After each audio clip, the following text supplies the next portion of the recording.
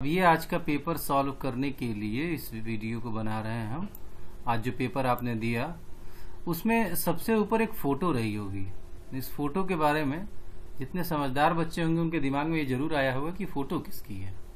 ये photo Dennis Ritchie की है, जिन्होंने सी को डेवलप किया था। चेहरा कम से कम पहचान लो परीक्षा पास होने के लिए, भले जरूरी न हो परीक्षा पास होने के लिए, लेकिन आगे काम आ सकता है। कम से कम ये तो जानिए कि डेनिस रिची कौन है, किस तरह दिखते थे डेनिस रिची, जो कि आप लोगों को इतना परेशान किए हैं।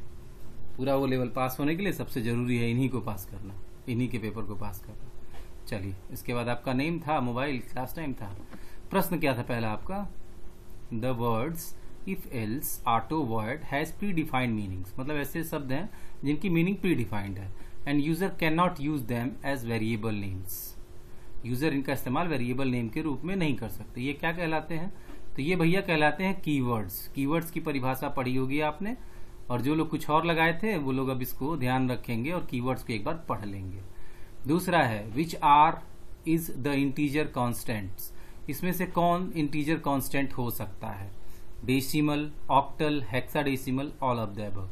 तो इसका उत्तर होगा all of the above. Decimal के लिए %d यूज होता है, ऑक्टल के लिए %o, ये हमने पहले ही बताया हुआ वीडियोस में अगर आपने देखा हो तो, %o, और हेक्साडेसिमल के लिए %ox नंबर के पहले, या कंट्रोल स्ट्रिंग के रूप में इस्तेमाल होता है। रिप्रेजेंट करने के लिए ऑक्टल लिखने के लिए o और नंबर लिख देते हैं, हेक्साडेसिमल लिखने के लिए ox और नंबर लिख देते हैं, डेसिमल को डायरेक्टली लिख सकते हैं। तो ये चारों तरह के इंटीजर कांस्टेंट आपको मिलते हैं।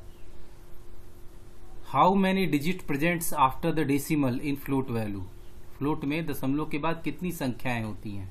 क्लास में अगर आपने हमारी क्लास की है तो हम अधिकांशतः बताते हैं फ्लोट और डबल के बीच का अंतर।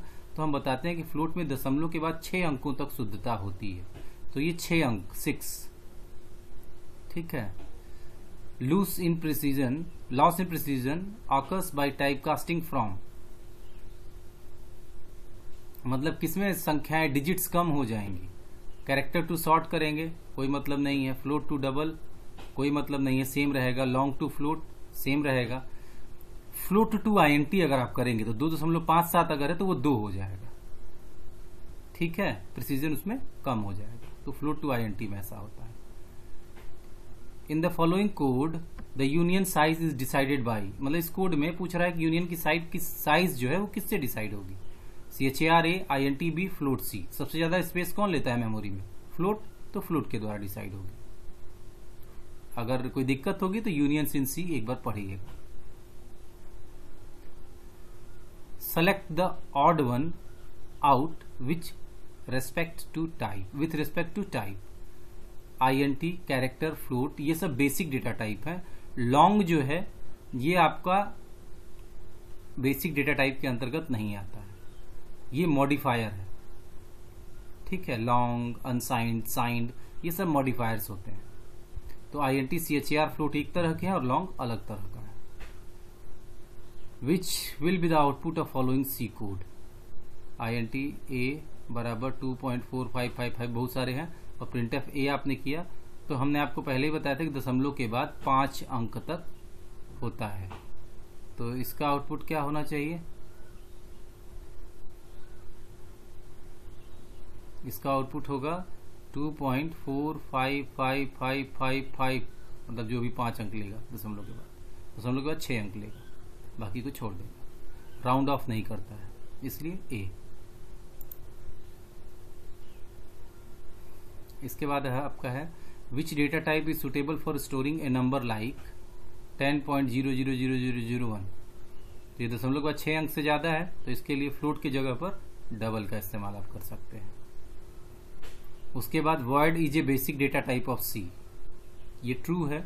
INT, CHAR, फ्लोट, डबल और वॉइड, ये 5 बेसिक डेटा टाइप हैं C के। वी कैन डू मल्टीप्लाई और divide operation on logical operators, ये फॉल्स है। लॉजिकल ऑपरेटर्स कौन से होते हैं? एंड और नॉट, उस पर क्या डिवाइड मल्टीप्लाई कर सकते हैं आप? नहीं हो सकता है। Which one of the following is unary operator, इसमें से कौन सा यूनरी ऑपरेटर है?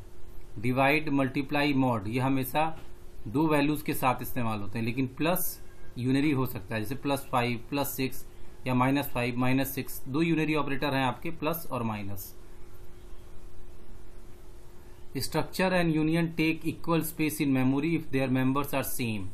तो ये फॉल्स है, क्योंकि स्ट्रक्चर तो सबके लिए अलग अलग जगह लेता है, लेकिन यूनियन उसके जितने भी मेंबर्स होंगे उन मेंबर्स में से जिसका डेटा टाइप, जो डेटा टाइप सबसे ज्यादा जगह लेता होगा उतनी ही जगह लेगा। अगर फ्लोट इंटीजर कैरेक्टर है तो फ्लोट 4 बाइट, इंटीजर 2 बाइट और कैरेक्टर 1 बाइट, 4 2 6 1 7। स्ट्रक्चर वेरिएबल होगा तो 7 बाइट लेगा, और अगर यूनियन होगा तो सिर्फ 4 बाइट लेगा, क्योंकि फ्लोट सबसे बड़ा डेटा टाइप है। उसके बाद आपका get ch is use for reading single character from screen. तो ये ट्रू है, सही है। ASCII value of 0 is 48। Structure can be declared inside union, ये ट्रू है। स्ट्रक्चर यूनियन के अंदर डिक्लेयर हो सकता है, यूनियन स्ट्रक्चर के अंदर डिक्लेयर हो सकता है, मतलब ये दोनों हो सकते हैं। स्ट्रक्चर के अंदर यूनियन भी हो सकता है और यूनियन के अंदर स्ट्रक्चर भी हो सकता है। You can easily change the value of const variable in your program when required. Const variable की वैल्यू को आप प्रोग्राम में जब चाहें तब आसानी से चेंज कर सकते हैं, तो ऐसा नहीं होता है, ये फॉल्स है। कॉन्स्ट वेरिएबल मतलब कांस्टेंट वेरिएबल, इस तरह के वेरिएबल्स की वैल्यू एक बार इनिशियलाइज कर दी जाए तो दोबारा उसकी वैल्यू को आप चेंज नहीं कर सकते। अगर कोई दिक्कत हो तो कॉन्स्टेंट्स इन सी वाला वीडियो देखिए। Float variables can used inside switch statements with case, ये फॉल्स है। फ्लोट आप इस्तेमाल नहीं कर सकते। कैरेक्टर और आईएनटी का यूज किया जा सकता है, फ्लोट का यूज नहीं किया जा सकता है। %lf is use to display, double को प्रिंट करने के लिए %lf का यूज होता है। लॉन्ग डबल के लिए %L और F होता है। लॉन्ग के लिए %LD का इस्तेमाल करते हैं आप, फ्लोट के लिए %F का इस्तेमाल करते हैं। तो डेटा टाइप्स इन सी, अगर आपको कोई कंफ्यूजन हो तो उसको पढ़िएगा, वहां पर आपको ये मिल जाएगा। Size of an array can be evaluated by size of a, size of asterisk a, size of a of 10, none of the above. तो पहला वाला ही होगा इसका, साइज ऑफ ए, सिर्फ वेरिएबल का नाम देना होता है हमको। Union temp CHARA, CHRB, float C.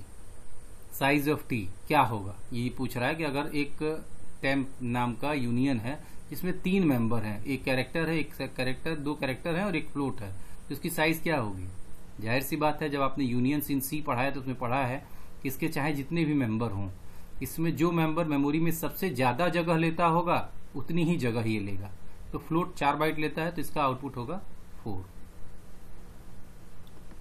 Which of the following is not an operator in C, इसमें से कौन सा ऑपरेटर नहीं है। नॉट ऑपरेटर है, टिल्ड साइन ऑपरेटर है, साइज ऑफ ऑपरेटर है, \0 ऑपरेटर नहीं है। ये कैरेक्टर कांस्टेंट है जो कि नल को रिप्रेजेंट करता है और अधिकांशतः स्ट्रिंग टर्मिनेटिंग कैरेक्टर के रूप में जाना जाता है। Which among the following has the highest precedence, इसमें से सबसे ज्यादा प्रेसिडेंस किसकी होगी। %, Left shift operator, size of और एंड। इसमें साइज ऑफ की प्रेसिडेंस सबसे ज्यादा होगी, प्रायोरिटी सबसे ज्यादा होगी। अगर ये देखना हो, अगर इसमें कोई कंफ्यूजन हो तो प्रेसिडेंस इन सी या प्रायोरिटीज इन सी, ये टॉपिक आपको पढ़ाया गया होगा, उसको एक बार देख लीजिएगा। उसमें प्रायोरिटी टेबल बनाई गई होगी, पूरा एक पन्ने में आपने टेबल बनाया होगा, कौन ऊपर कौन नीचे, ये शुरुआती क्लासेस में बताया जाता है, इसको देखिएगा। What type of value does size of return, INT, unsigned INT, float, CHAR। तो वो अनसाइंड INT रिटर्न करता है। इंटीजर वैल्यू ही होती है, लेकिन अनसाइंड इसलिए रखते हैं कि कभी हो सकता है कि साइज बहुत बड़ी हो तो रेंज के बाहर न जाए, इसलिए अनसाइंड INT याद रखिएगा, साइज ऑफ ऑपरेटर रिटर्न करता है। A user defined data type is used which is used to assign names to integral constant is called enum। enum कहा जाता है। अगर enum आपने नहीं पढ़ा है तो आगे enum पढ़ेंगे कभी, तो वहां आपको ये समझ में आ जाएगा। Which of the following keyword is used to define an alternate name for an already existing data type। तो इसके लिए टाइप डेफ होता है, typedef space old name space new name लिखते हैं। जैसे टाइप डेफ INT नंबर, अगर हमने लिख दिया तो उसके आगे नंबर x = 0 लिख सकते हैं। नंबर उसी तरह काम करेगा जिस तरह से INT काम करता है। Which among the following is copying function, तो ये आप जानते हैं strcpy फंक्शन कॉपी करने के काम आता है, एक स्ट्रिंग को दूसरी स्ट्रिंग में कॉपी करता है। strcat एक स्ट्रिंग को दूसरे स्ट्रिंग के लास्ट में जोड़ता है। strlen फंक्शन लेंथ बताता है स्ट्रिंग की, और strcmp फंक्शन 2 स्ट्रिंग को कंपेयर करने के लिए इस्तेमाल किया जाता है। What will strcmp function do, compare the string, अभी बताया आपको हमने। Null is the macro defined in the header string.h, ये सही है। ये string.h में भी डिफाइंड है और stdio.h में भी डिफाइंड है। अगर इस जगह पर string.h की जगह पर stdio.h होता तो भी ये ट्रू ही होता। इसके अलावा किसी दो string.h और stdio.h के अलावा किसी हेडर फाइल का नाम हो तब ये गलत होता। The dash function returns the number of characters that are present before the terminating null character. Backslash 0 के पहले जितने कैरेक्टर हैं वो रिटर्न करता है। str_len मतलब लेंथ रिटर्न करने का ही काम करता है वो। तो बैकस्लैश 0 के पहले जितने कैरेक्टर होंगे वही तो लेंथ होगी उसकी, तो str_len फंक्शन ये काम करता है। The function test for any character for which is alpha और इज डिजिट इज ट्रू, तो ये होगा is AL_num, alpha numeric function is AL_num अगर आप लिखते हैं और ब्रैकेट में किसी वेरिएबल का नाम लिखते हैं, कैरेक्टर वेरिएबल का, तो अगर वो अल्फा न्यूमेरिक होगा, चाहे 1 हो चाहे A हो, वो ट्रू रिटर्न करेगा। इस डिजिट तब ट्रू रिटर्न करता है जब आपने जिस कैरेक्टर वेरिएबल को दिया है उसके अंदर कोई डिजिट हो, जैसे 1 2 3 4। इज स्पेस तब ट्रू रिटर्न करता है जब जो कैरेक्टर वेरिएबल आपने दिया है उसके अंदर स्पेस हो। इज अपर तब रिटर्न करता है ट्रू जब जो कैरेक्टर वेरिएबल आपने दिया हो वो अपर केस हो, जैसे कैपिटल A अगर है तो वो ट्रू रिटर्न करेगा।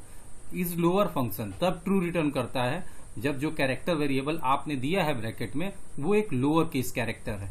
तो ये is digit, is space, is alpha, is alpha numeric, is lower, ये सारे फंक्शन भी कभी कभी ऑब्जेक्टिव में पूछ देता है, इसीलिए इन सारे फंक्शंस को यहाँ लिख दिया गया था ताकि आपको एक्सप्लेन करके बताया जा सके। इसको एक बार रन करा लीजिएगा और बाकी ऐसे ही परीक्षाएं होती रहेंगी और इसको एक्सप्लेन किया जाता रहेगा। आपका परीक्षा आते आते आप पूरी तरह तैयार होंगे और निश्चित रूप से C पास होंगे, अगर बशर्ते गंभीरता से आप पढ़ रहे होंगे तो। Thank you.